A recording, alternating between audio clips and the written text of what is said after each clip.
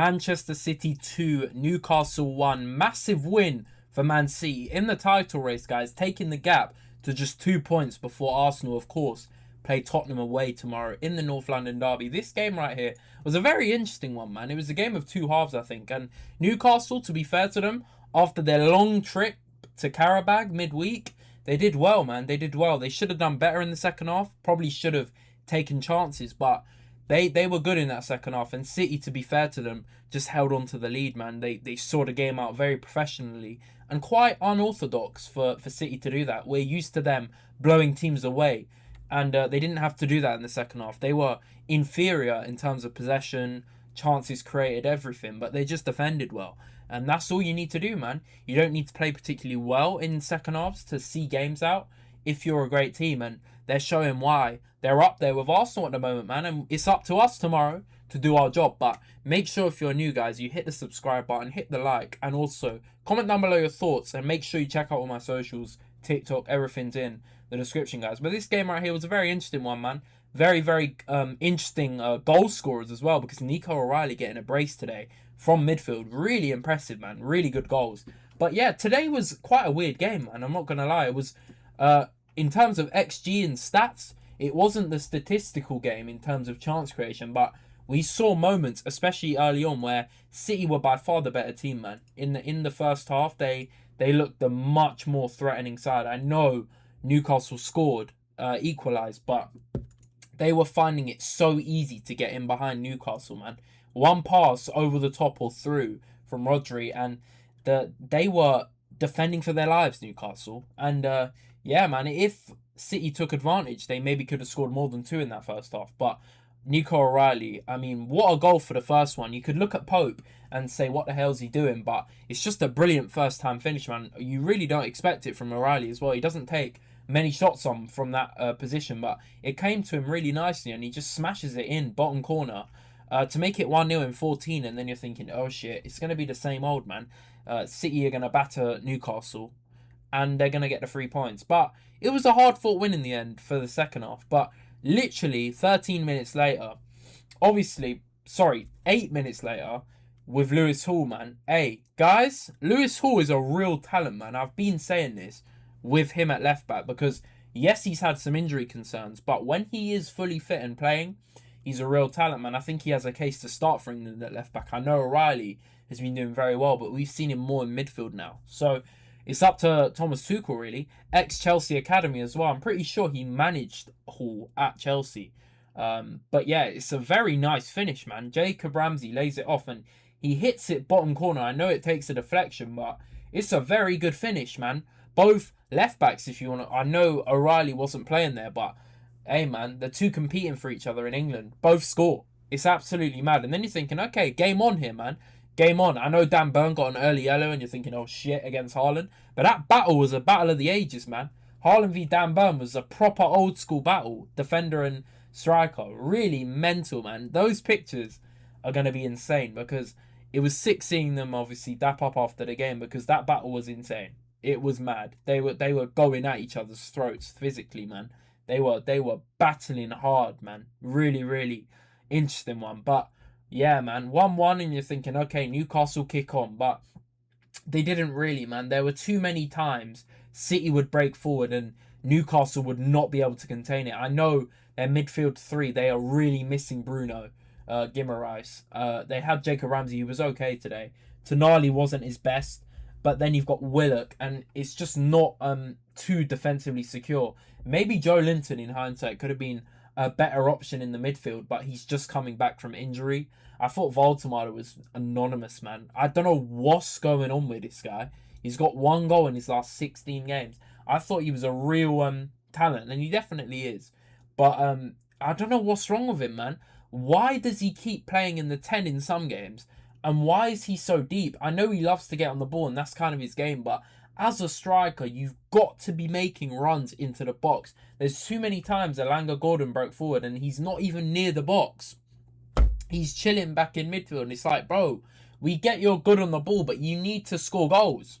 How the hell are you going to score goals if you're not in the box? It's absolutely mental. Eddie Howe needs to figure this out, because if not, he just needs to hold bench, and yeah, man, just play a front three of Gordon. Gordon up front would have been much more of a threat today, man. It would have been way more threatening. We saw Gordon was making the runs in behind. A lot of the time he wasn't found, but the pacing behind was there. It was just Voltemano was just non-existent, man. Absolutely dead today. Dead food. But obviously Vissa's out as well, so he couldn't come on and change it. But yeah, man, they got to figure something out, man. Because in the Premier League, Newcastle are doing bad, man.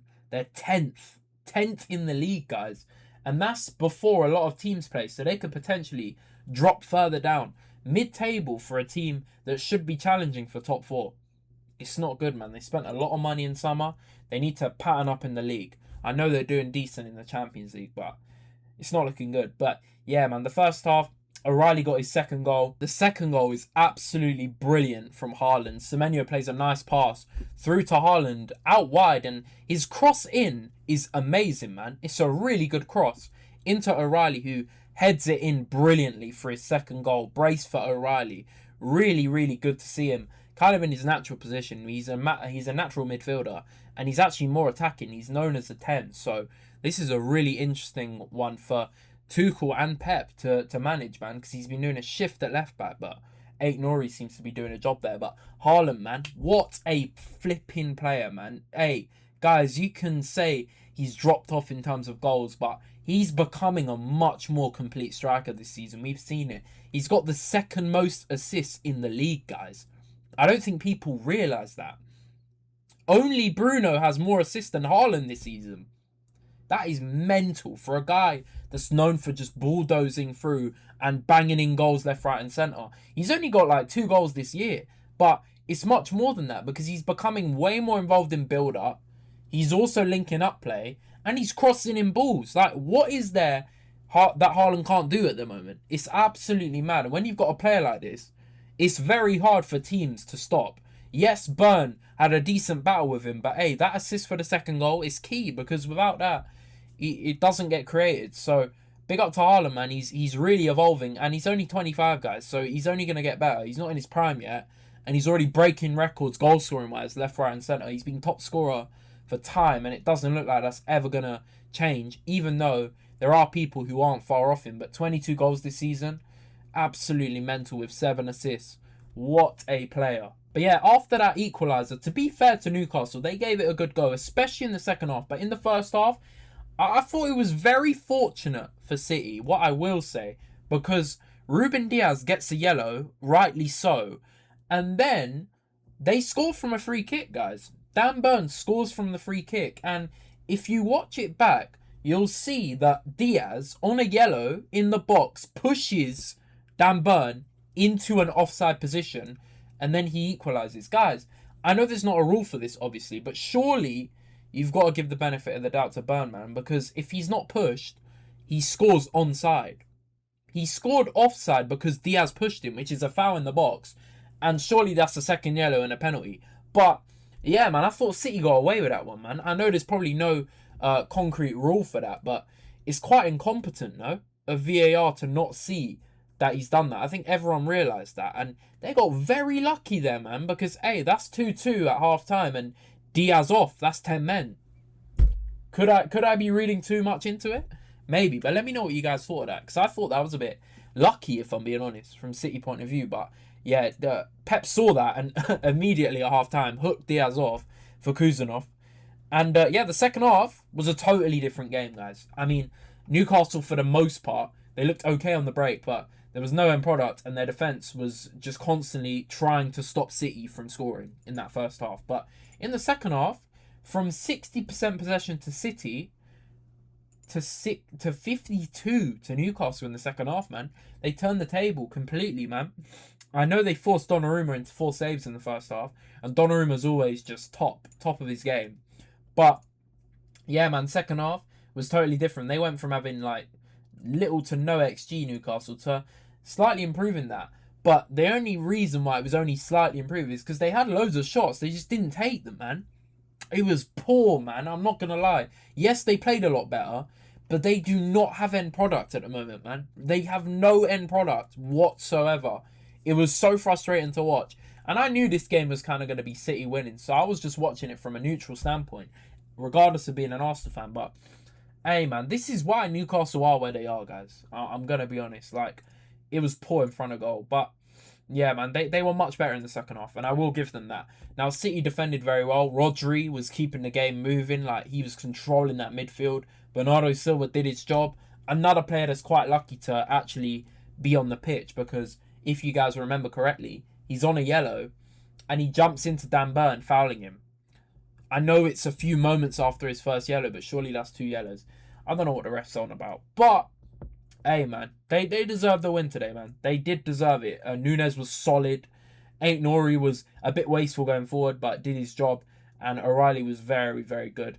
Marmoush didn't even do too much today. He got subbed off quite early, but that's what you have when you have Shirky coming on, man. Kuzanov did his thing. Shirky was really good when he came on. Hey, man, Newcastle just didn't have it, man. In terms of attack, man, they had quite a lot of breaks in that second half. They were constantly getting in behind, and that's one thing with City, that you can exploit their defence because it's not that solid, man. It isn't that solid. They got nice foundations, but they can get ran over with pace, and we've seen it with a lot of teams, man, that's taken points off them. They can get ran through, and they do sometimes, not this game, rely on scoring more than their opponents because, yeah, man, Elanga was getting in behind. Gordon was getting in behind as well. But there wasn't much end product, man. There were quite a few efforts that were unlucky, but I don't know, man. I just never thought Newcastle were going to equalise. It's a shame. It is a shame because they were good in that second half. And to credit to Eddie Howe, man, because he made subs when they needed to. He put Joe Linton, Barnes on. Barnes had a few efforts, especially late on, that Donnarumma saved that shot, which went for a corner.